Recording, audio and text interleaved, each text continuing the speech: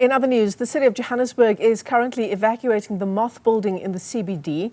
It's one of 9 others that the city has obtained evacuation orders for.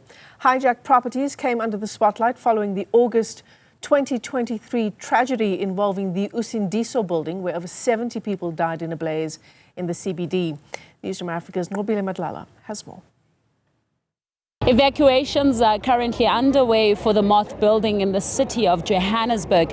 It's one of the 9 buildings that the city has obtained the evacuation from court to be able to take place in this area. I'm joined now by the MMC of Human Settlement, who's obviously part of this. This is a program that's very important, mainly because of the fact that at some point hijacked buildings came into a sharp spotlight. Take us through what is the process that is taking place here, but also to the 8 other buildings that will be evacuating people. No, thank you very much. After the Usindiso incident, the city started an effort of addressing the issues of hijacked buildings, particularly in the inner city. And we said we are going to start with our own building. As the City of Johannesburg. So this building is owned by the Department of Human Settlements.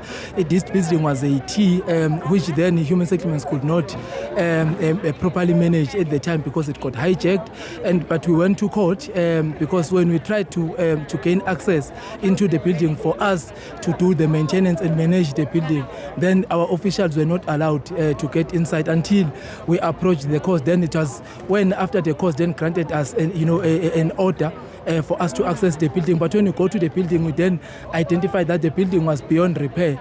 There were illegal structures that were erected.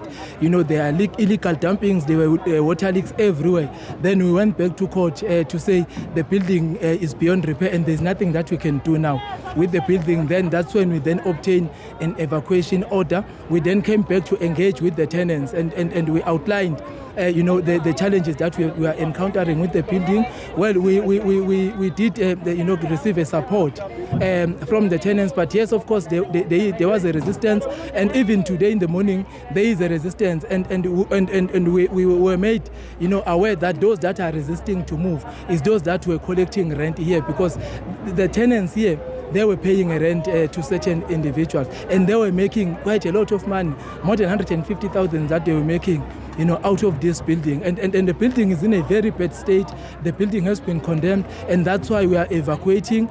We are moving them to Flare Off, and Flare Off is one of our mega developments in the City of Johannesburg. It's a decent accommodation that we are providing to them. But we need to save lives. We need to move them out of this building because anything could actually happen out of this building. But for us as the city to demonstrate that we are serious about dealing with the hijacked building and the bad buildings, we need to demonstrate by dealing with our own building, and that's why we have started with our own building.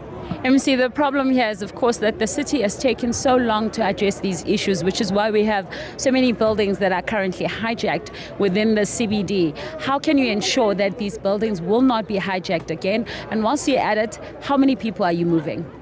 Well, we understand that we almost lost the battle, and that's why we are starting these processes. That's why we are embarking on these operations, and that's why we are approaching the courts for us to obtain evacuation orders and eviction orders in some instances, because we are serious about addressing this. We have committed ourselves, and we are going to make sure that we clean the City of Johannesburg. Yes, we've got quite a number of hijacked buildings. Others are privately owned, others are owned by government entities, but we need to demonstrate by attending to our own problems as government, so that even those that are privately owned can start coming forth for us to assist them in evacuation and eviction processes. So we are moving 151 people out of this property, but we've got Home Affairs here, and we know that 10 of the identified tenants here, have been identified as undocumented foreign nationals. Home Affairs is dealing with them, so we are working with Home Affairs. They are doing the verifications themselves. So foreign nationals will be dealt through by Home Affairs. Then the balance will then be taken by us as Human Settlements. We are taking them to Flare Off, where we will be allocating them properly. And lastly, are you going to be arresting those that have been collecting money here? Well, we have asked certain individuals that have come forth to share information with us to make affidavit so that we submit that to the police because we do need to make arrest. You know, we must make example with certain individuals. So that have been collecting rent here. I mean, they were standing here making noise, you know, pretending to be representing people. The rights of the residents have been infringed. If you get inside here, look into the conditions, you know, of where they were living. You know, no one should stand in the way of trying to save the life of the people here. So we have asked that those that got information, they must assist us. They need to write to make affidavits so that we take those affidavits to the police for us to prosecute all these criminals that they were extorting our people here.